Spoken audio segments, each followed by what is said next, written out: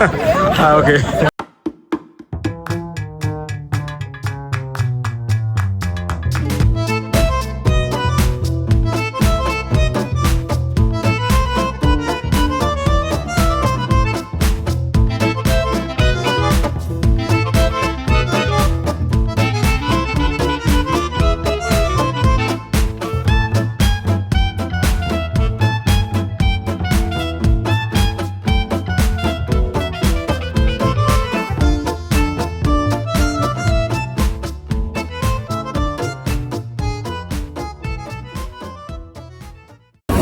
Hello. අපිට Paris වල ඉන්න අපි පැරිස් වල දවස් දෙකක් ඉන්නවා. ඉතින් මේක ගොඩාක් දේවල් බලන්න තියෙනවා. දවස් දෙකක් ඇතුළත මදි. ඒ වගේම ඉතින් අපි මේ ඉම්පෝර්ටන්ට් අර ෆේමස් ප්ලේසස් ටිකක් සිලෙක්ට් කරලා බලනවා. ඔයාලට ඉතින් ෂෝට් ට්‍රිප් එකක් පැරිස් වලට යන්න හිතන් ඉන්නවා. අපි වීඩියෝ එක බලන්න ඒකෙන් කොහොමද ගන්න අපි හෙල්සින්කි ඉඳලා ෆ්ලයි කරේ පැරිස් බුවේ එයාපෝට් එකට. අපි දැන් මේ ඉන්නේ එයාපෝට් එකට ළඟින්ම තිබුණු බුවේ රේල්වේ ස්ටේෂන් එකේ. ඒ රේල්වේ ස්ටේෂන් එකේ ඉඳලා ට්‍රේන් එකේ ගියොත් පැය 1යි විනාඩි 20ක වගේ ජර්නි එකක් තියෙනවා පැරිස් සිටි එකට යන්න. පැයක විතර ට්‍රේන් ජර්නි එකකින් පස්සේ අපි පැරිස් මේන් රේල්වේ ස්ටේෂන් එකට එනකොට රෑ 10 වගේ වෙලා තිබුණේ. පැරිස් සිටි එක ඇතුලේ කමියුට් කරන්න ලේසිම විදිය තමයි ඩේ පාස් එකක් ගන්න එක. අපි එනකොට ටිකට් කවුන්ටර්ස් ක්ලෝස් කරලා තිබුණේ. ඒක නිසා අපි වන් ටයිම් ටිකට් එකක් ගත්තා. එතන තිබුණු ටිකට් මැෂින් එකකින්. ඔයාට iPhone එකක් තියෙනවා නම් සහ iOS latest update එක තියෙනවා නම් ඩේ පාස් එක online purchase කරලා ෆෝන් එකෙන් use කරන්නත් පුළුවන්. ඒ details description box එකේ mention කරලා තියෙනවා. අපි පැරිස් වල නැවතුනේ එස්ට් කියන හොටෙල් එකේ. එස්ට් හොටෙල් එකේ ඉඳලා පැරිස් සිටි සෙන්ටර් එකට මෙට්‍රෝ එක ගත්තොත් විනාඩි 10කින් වගේ යන්න පුළුවන්.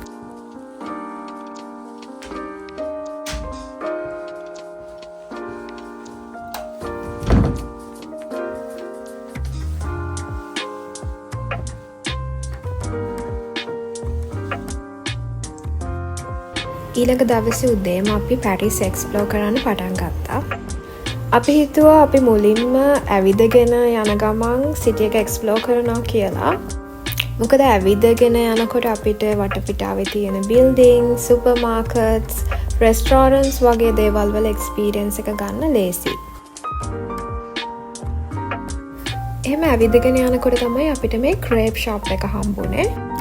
ක්‍රේප්ස් කියන්නේ ෆ්‍රෙන්ච් ට්‍රැඩිෂනල් ෆුඩ් එකක්. ඉතින් ෆ්‍රාන්ස් වල ඉන්නවා නම් ක්‍රේප්ස් try කරන්නම ඕනි. අපි මෙතනදී sweet and savory types දෙකම try කරා. දෙකම රසයි and affordable as well.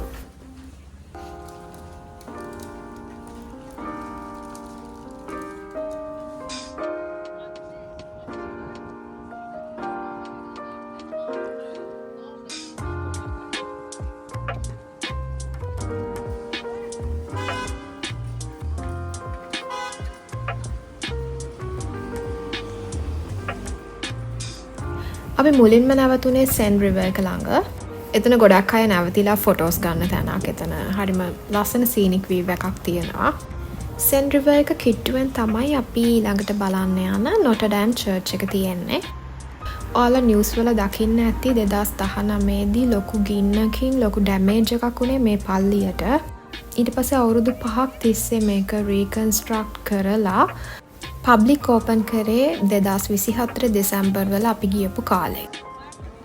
නොටර්ඩෑම් D Paris කියන කැතීඩ්‍රල් එක ප්‍රංශ ඉතිහාසයේ සහ සංස්කෘතියේ සලකුණක් විදියට තමයි හඳුන්වන්නේ. මේ නිර්මාණය ගොතික් ආකිටෙක්චරල් මාස්ටර්පීස් එකක් විදියට හඳුන්වනවා. මේ කැතීඩ්‍රල් එක කන්ස්ට්‍රක්ට් කරන්න පටන් අරන් තියෙන්නේ 1163. අවුරුදු 200ක් ගත වෙලා තියෙනවා මේකේ කන්ස්ට්‍රක්ෂන් කම්ප්ලීට් කරන්න.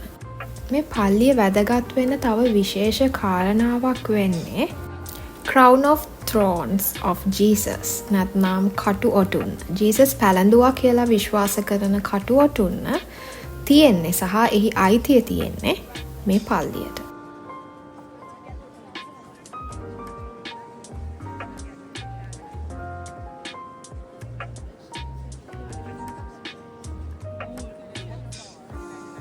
අපි ගියපු දවසේ ලොකු ක්‍රවුඩ් එකක් හිටියා. ඒක නිසා පැය දෙකක් වගේ අපි queue එකේ ඉඳලා තමයි පල්ලිය ඇතුළට ආවේ.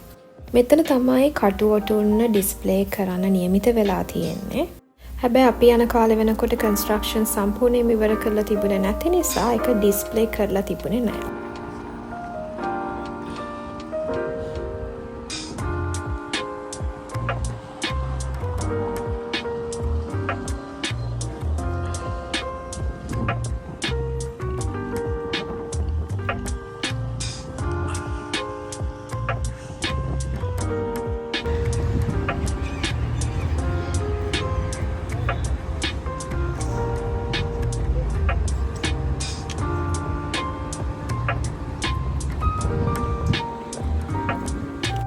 අපේ මීළඟ නැවතුම වුණේ ලූව් මියුසියම් එක. ලූව් මියුසියම් එක කියන්නේ එක්සිබිෂන් ස්පේස් එක කන්සිඩර් කරොත් ලෝකේ දැනට තියෙන විශාලතම මියුසියම් එක.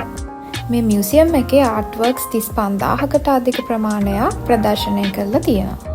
මේ අතර ලියනාඩෝ ඩා වින්චිගේ මොනාලිසා, වර්ජින් ඇන්ඩ් චයිල්ඩ් වගේ ගොඩක් ෆේමස් නිර්මාණත් ඇතුළත් වෙලා තියෙනවා. මේ මියුසියම් එක විසිට් කරනවා නම් ඒකට ඔන්ලයින් ටිකට්ස් බුක් කරන්න ඕනි. ඒ වගේම එක ටෝටල් විසිට් එකට අවම පැය 3-4ක්වත් යනවා. ඒක නිසා අපි මියුසියම් එක විසිට් කරන එක අපේ මේ ෂෝට් ට්‍රිප් ප්ලෑන් එකේ ඉන්ක්ලූඩ් කරේ නැහැ.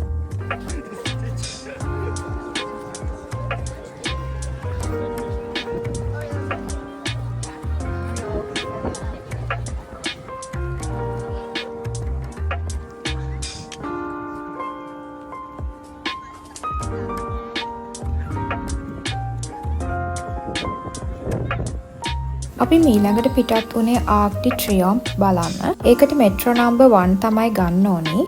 අදාළ ස්ටේෂන් එකේ බැස්සම මෙන්න මේ විදියට කොතනින්ද එක්සිට් වෙන්න ඕනි කියලා මාක් කරලා තියෙනවා.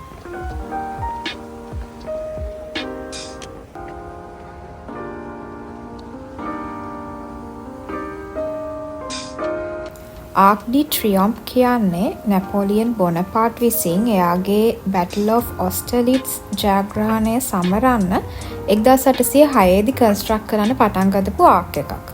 හැබැයි මේකේ කන්ස්ට්‍රක්ෂන්ස් ඉවර කරන්න අවුරුදු 30ක් ගත වෙලා තියෙනවා. මේ ආර්ක් එක නැපෝලියනික් වෝර්ස් වලින් නැති වුණු ෆ්‍රෙන්ච් සෝල්ජර්ස්ලාට කරන ඕන එකක්.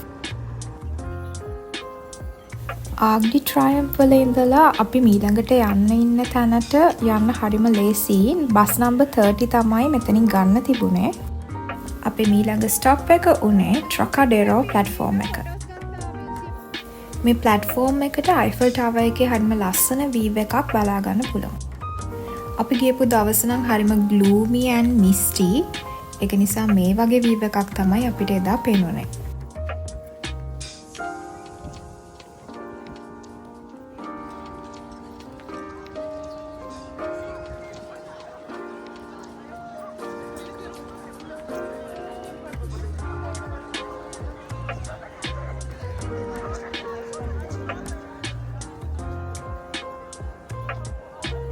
අපි ලන්ච් එක ගන්න හිටපු රෙස්ටොරන්ට් එකට යන්න අපිට ට්‍රැම් 6 එක තමයි ගන්න තිබුණේ. ට්‍රැම් 6 එක කියන්නේ අයිෆල් ටවර් එකේ ලස්සන වීව් එකක් පේන ජර්නි එකක්.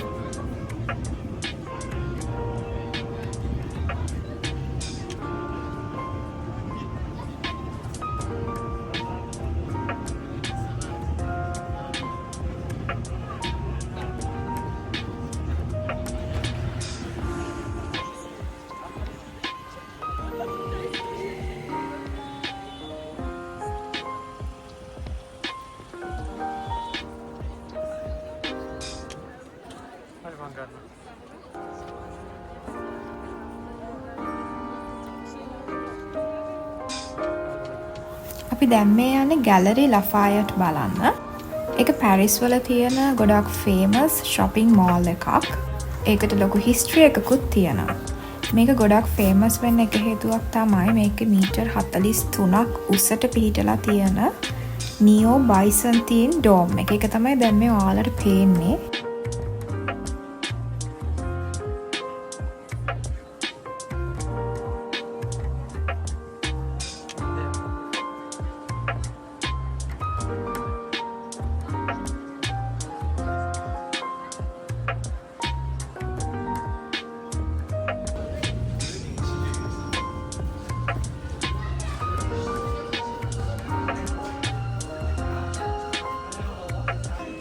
මේ වෙනකොට ගොඩක් රෑ වෙලා තිබුණේ. ඉතින් අපි මෙට්‍රෝ එකක් අරගෙන ආයිත් සිටි එක පැත්තට ගියා නයිට් වීව්ස් බලන්න.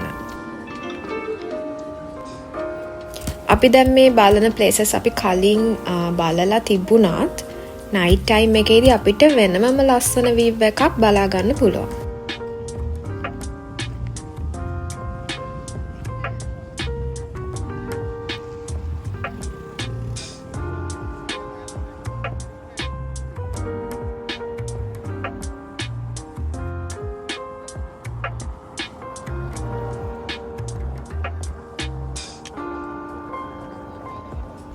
නයිට් වීව්ස් වලින් පැරිස් වල අපිට මගහරින්නම බැරි වීව් එකක් තමයි Eiffel Tower වීව් එක.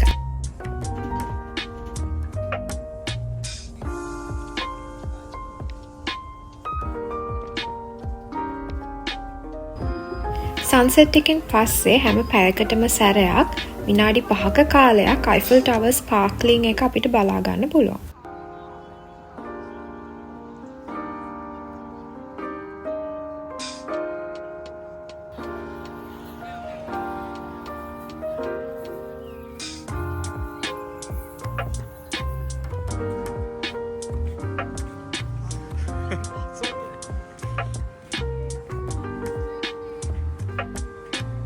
අපිට එදාට ඩිනර් එක ගන්න ප්ලේස් එකක් හොයාගන්න ගොඩක් අමාරු වුණා. හැමතැනම වගේ fully booked. ඒක නිසා අපේ සජෙෂන් එක සිටි සෙන්ටර් එකට කිට්ටුවේ මීල් එකක් ගන්න ප්ලේස් එකක් හොයනවා නම් කලින්ම ටේබල් එකක් රිසර්ව් කරලා තියන්න. කොහොම හරි අපි විනාඩි 30ක් 40ක් වගේ එළියේ බලාගෙන ඉඳලා අපිට මේ රෙස්ටොරන්ට් එකේ ටේබල් එකක් හම්බුණා. මේක ඉතාලියන් රෙස්ටොරන්ට් එකක්. ඇත්තටම මේකේ කෑම මාරම රසයි. ඉතාලියන් ෆුඩ්ස් වලට කැමති නම් අනිවාර්යෙන් මේක try කරන්න පැරිස් වලදී.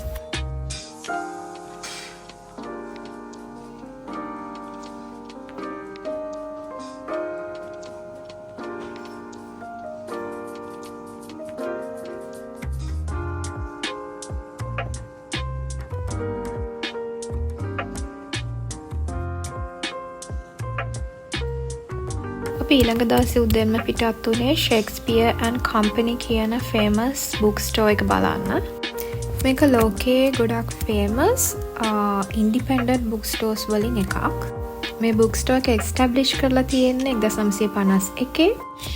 ඒ කාලේ independent writersලා meet වුණ සහ එයාලගේ writings වලට ගොඩක් support කරපු place එකක් විදියට තමයි මේක ප්‍රසිද්ධ වෙලා තියෙන්නේ.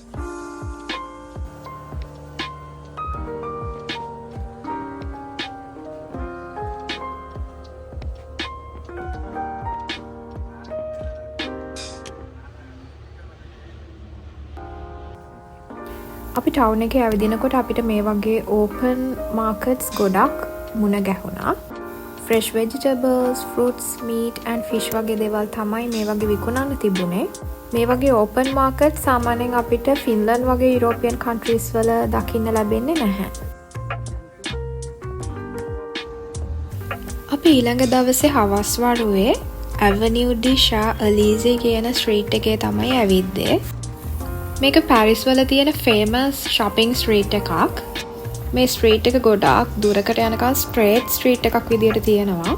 ඒක දෙපැත්තේ තියෙන එක එක brands වල shops.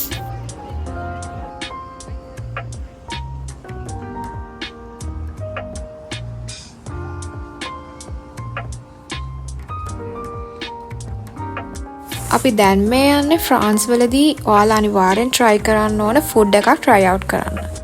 මේ බ්‍රෑන්ඩ් එකේ නම ලාඩරේ. මේක famous macaroon බ්‍රෑන්ඩ් එකක්. මෙතන විවිධ types වල විවිධ flavors වල macaroons වගේම වෙන desserts වර්ගත් මිලදී ගන්න තියෙනවා.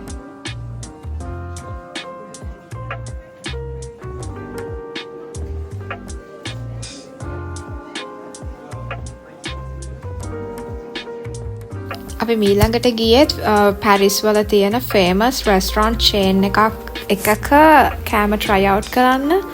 මේ restaurant එකේ නම Carrot. French වලින් හරියටම pronounce කරොත් මම හිතන්නේ ඒක Carrot. මේකේ hot chocolate එක තමයි ගොඩක්ම famous උනේ. TikToks වල එහෙම ගොඩක් famous වුණා මේ hot chocolate එක. ඉතින් අපි හිතුවා පැරිස් වල ඉන්න නිසා අපිත් මේ හොට් චොක්ලට් එක try කරනවා කියලා.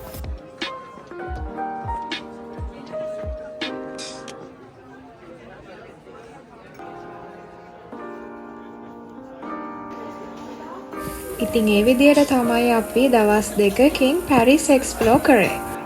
We'll meet you soon with the next France vlog. Bye bye!